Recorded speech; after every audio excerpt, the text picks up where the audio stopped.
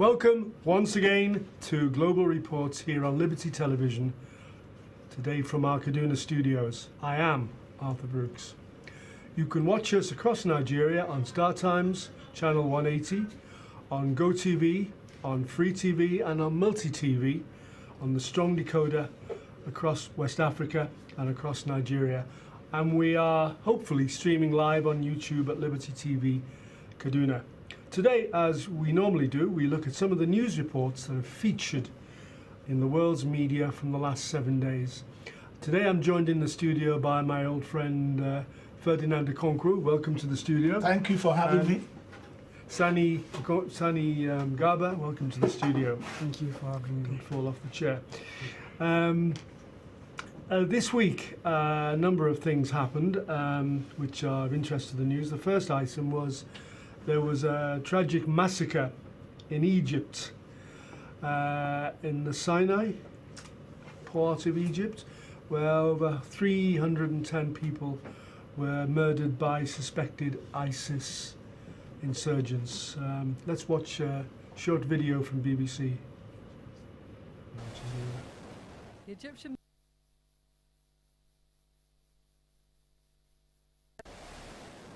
The Egyptian military has released this footage, which it says shows its warplanes hitting targets in the Sinai. It's part of its crackdown on suspected fighters after Friday's devastating attack. These targets, the military says, are believed to be housing or storing ammunition linked to those who attacked the mosque. President Abdel Fattah al-Sisi has promised to use brutal force and an iron fist against those responsible for what he called a heinous act of terrorism. He also declared 3 days of national mourning. This is the worst attack in Egypt's recent history. Apart from the devastating loss of life, people here are feeling angry too. I, before anything, fault our leadership, because our leaders haven't taken decisive decisions with these people. Why? Because this isn't the first time this has happened, and it's in a mosque. That's serious. The Brotherhood is giving money to these people. They're spending on them. They're helping them. Who else is going to help them? This is the mosque that was targeted in the troubled northern part of the Sinai. It's used by Sufis, members of a mystic movement within Islam. The attack began shortly after the noon worship started and the mosque was full. Witnesses described how between 10 and 20 masked gunmen wearing military uniforms stormed the mosque using rocket-filled grenades and automatic weapons. They had also blocked the escaped routes. Local reports described how the gunmen surrounded the mosque outside to mow down any survivors, as well as those who were rushing to the scene to help. This 13-year-old described how he survived. I was outside the mosque and suddenly I heard gunshots inside. I saw them running and I went inside the mosque. I found all of the people climbing on top of each other. They were trying to get out of the mosque because they were afraid, and I was trying to get out, and a bullet entered my leg. No one has claimed responsibility for the attack, but immediate suspicion has fallen on a local ISIL-linked armed group. Analysts say the heavy-handed military response could potentially lead to more unrest.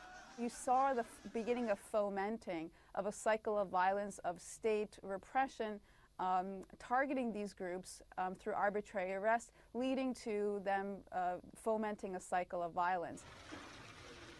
Meanwhile, the president has launched a thorough investigation as the families of the victims gather to bury their dead. Hannah Hoxter, Al Jazeera. Of course, was from Al Jazeera, not BBC. This seems to be a problem that's growing up again after the fall of ISIS in Iraq and Syria. It's now coming into other places like Egypt. Sani? Well, this issue of ISIL, somebody cannot judge because you even wonder what is their problem or what did they want, because they are almost everywhere now in the Asian countries, even in some Middle part East of and Asia. Africa. Yeah. So you wonder what are they looking for, or what is their own burning contention, because what I know, the cause of this started from this Libyan head of state who was eliminated by same people, and they now turned to be ISIL almost causing chaos in most part of the country. But actually, I'm blaming the European countries because you wonder where are they getting all these mass destructive arms and the money they operate. So, to me, well, the fingers has been pointed at places like even Saudi Arabia or Iran as well. Actually, although I don't think Iran, because these people are Saudi Arabia Sunnis. and some part of European countries, actually, they are the brain behind these ISIL activities. And this apparently is the first time they've attacked mosques. Before they were targeting military and churches. Ferdinand, what do you have to say on this? Well, first of all, our heart goes out to our brothers in Egypt. Our brothers and sisters who have no reason dying the way they died. We only, mourn with them the loss of their loved ones. But at the same time, I said it here some time ago, the greatest virus in the world today is not HIV, it's not cancer, it's ideology. True. A man with an idea that can sell it to the next person will get hold of that person. If you tell him go and die, he will confidently and happily go and die. And the greatest battle to face is battle of ideology. It's something you can hardly rid of. Distorted because ideology. It is something somebody is ready to die for. And when a man is ready to die for a cause, the only way to stop him from achieving that cause is to stop him from living. Because he's ready to die. I said it earlier too, that when a man has made up his mind to die, the best way of stopping the person is very simple. Encourage him not to die. If he insists he must die, let him die alone. Very simple. So in this case, it's a complicated issue. We are talking of arms proliferation in Africa, in the Middle East, and the wider world. This is being experienced world over right now. The other day, you heard of American shooting. One man alone woke up and killed over 20-something people, and he was happy. See, the world is taking another trend, and leaders must understand that there is a trend we are in now, and the best thing is to move with the trend. There is joy in killing. There is joy in showing yourself. I mean, the bottom line is politics. People want to carve out a dynasty for themselves to rule. That's the bottom line. But it must have a coloration. You must give it a coloration to attract followership. Yeah, but you must probably give it a religious coloration, political coloration, or whatever. In this case, you look for what will appeal to people. It seems that religion appeals in this manner.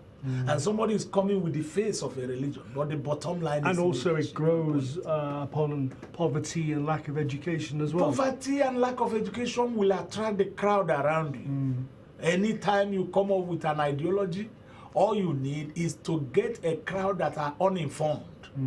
But brainwash them with your own idea, then you have followers. And what is important is followers. Why are they targeting soft targets? It's just to discredit the power, separate the people from the government. It's to cause mayhem, and cause mayhem, out of mayhem you can inflict maximum damage on the innocent civilians, so as to attract the anger of the populace against the government in power. So why are you targeting government in power? Because you want to get to power. The whole thing is all about struggle for power. And but so we go on. Civilians are dying for it. That's unfortunate. And it's growing across the world. Across the world, unstoppable. Because man's thirst for power will always remain. And those in power must know that you are holding authority. And that authority is not just to wield the stick. Apply the stick. Apply the stick. I said it. When a man has made up his mind to die, help him to die alone. Sani, have you got any other comments on this one? Well, I don't have any much comment to make on the ISIL activities because to me, ISIL are everywhere. We have our Nigerian ISIL, which are the Boko Harams. And in other countries, you see, they have their own, almost all part of the world. So the only thing we can say here is we should keep on praying. Just have to keep trying to rinse them out. They're like cockroaches. You kill the bulk of them, you find some somewhere else. They keep coming up. Okay, let's move on to another subject. This week, former Vice-President Atiku Abubakar made an announcement that he was leaving APC and he was going to join PDP Party. This is here in Nigeria, of course. Let's see this video, this short report from the news agency of Nigeria. There is not one governor in the APC that is going to go with Vice-President Atiku Abubakar. The only governor that he would think would go with him, the governor of Adamawa State, has already endorsed President Buhari for the next election. And there are many governors, I will not mention the number, but a majority of the APC governors have already taken the position that the president should run for a second term of office. And we're grateful to the Almighty God that the question marks about his health have been put to rest. He is getting better every day. And we are confident that the way to preserve our party and preserve and advance the interests of Nigeria is for Mr. President to run for a second term. And I'm curious to see which APC governor will go with Atiku. As for party loyalists, it depends on what you define by loyalists. We will wait and see how that evolves.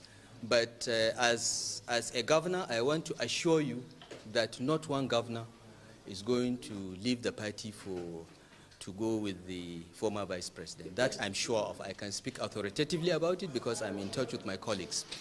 He has never been and will never be a threat to President Muhammadu Buhari. Let me say this very, very clearly, and I have said this to the former vice president in January 2014 in Dubai when we met, because before joining the APC, he sent for me and we met, and he told me of his intention, and I welcomed it because politics is a game of addition, not subtraction. So the more you have, the merrier. However, I told him not to run for the presidency because I believe very strongly this is Buhari's era. As long as President Muhammad Buhari is in politics, I do not see any Nigerian from the northern part of the country that will be able to match him in popularity. The people of the 19 northern states and most of Nigeria have decided that because of the president's past history of integrity and good governance, they are committed to him.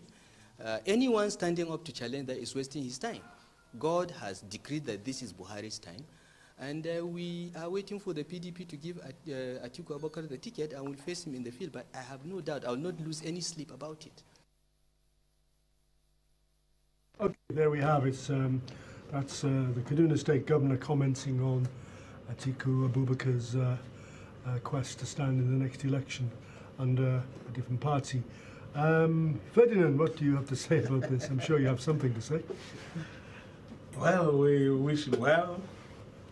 Adamawa is not, it doesn't need introduction in the politics of Nigeria. Yeah, he's a heavyweight, and we must give him that. At the same time, Nigeria, we are not practicing party politics. This is opportunity politics. There is no party politics here.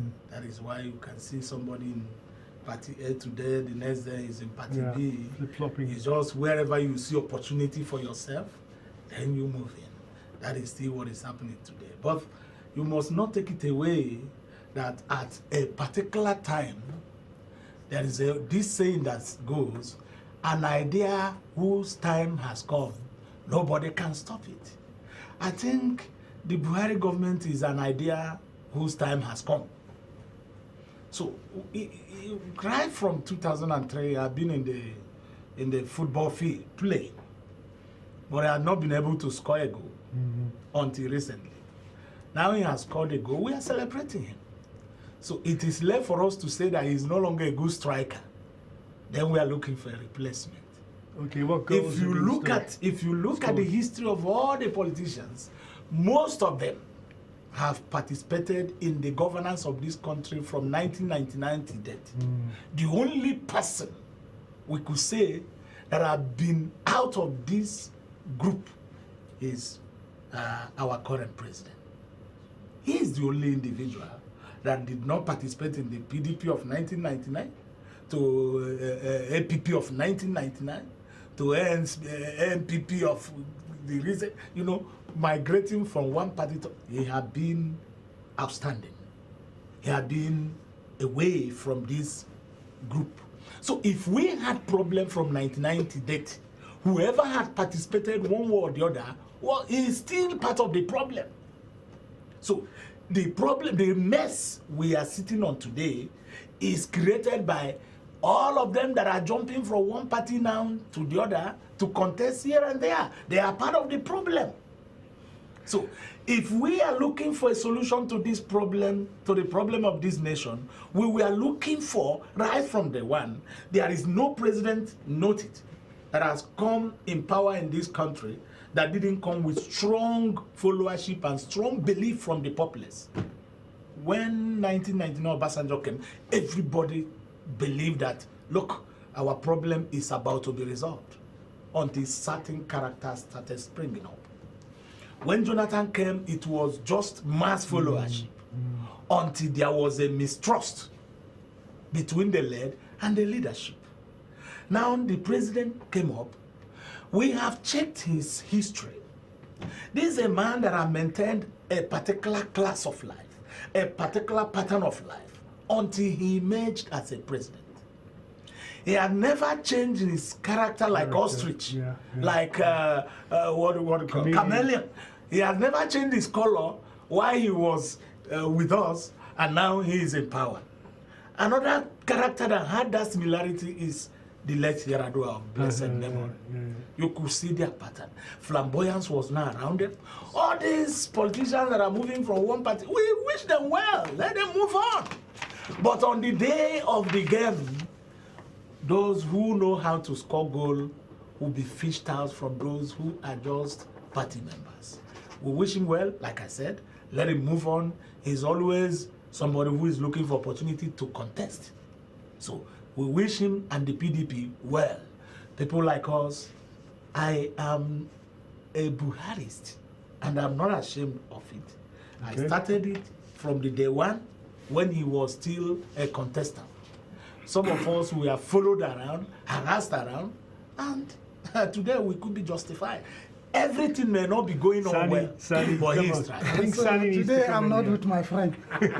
You're not with your friend. Yes, because Buhari himself is a rolling stone. Yeah, okay, good. Yes, if we talk of political movement, Buhari was in APP before. Let me remind my friend. And he later turned to AMPP. But I think nobody's a real party man at all. Listen to me. And Buhari also, as he see during that time, his ambition is not going to be fulfilled. He left AMPP, formed another party, I think is it CPC. CPC. So yes. as far as I'm concerned, both Buhari and Atiku, they are all rolling stones. They normally jump from one party to another just to satisfy isn't that really the nature of Nigerian politics for the last 20 years? Rolling stone. Everybody's a rolling stone. There's been no history of serious... it's not everybody. Some of the politicians, for example, Malang Aminu Kano, up to the time... well, we're talking now. I said we're talking a long time ago. You said all. 40 years ago. I'm talking the last 20, And 30 even years. here now, see me. When I was a politician, I have never left PRP to join another party. But PRP doesn't exist. Who says so? You should stop mentioning this on the air. They will see you. Okay. They are still in existence. It's a ghost. They are still in existence. Still exists. And, But paper party. And Buhari, we know, is not the Buhari that is ruling us now. Okay. Because, well, all of you are hearing from different angles the kind of mismanagement that is going on in the present administration. Some people are there who have never been elected, neither been appointed, but they are now stealing our billions of dollars. Okay. Unfortunately, my people in the control room are telling me we've run out of time. Yes. So we have to wind up. Once again, we'd like to thank you, Ferdinand. Thank you. And Sani for coming on the But you program. allow my friend to blow me without Thank you, Sani. Well done. We will meet in the battlefield. no problem. So once again, ladies and gentlemen, we'd like you to join us next week, same place, same time, for another edition of Liberty Global Reports. Have a nice week.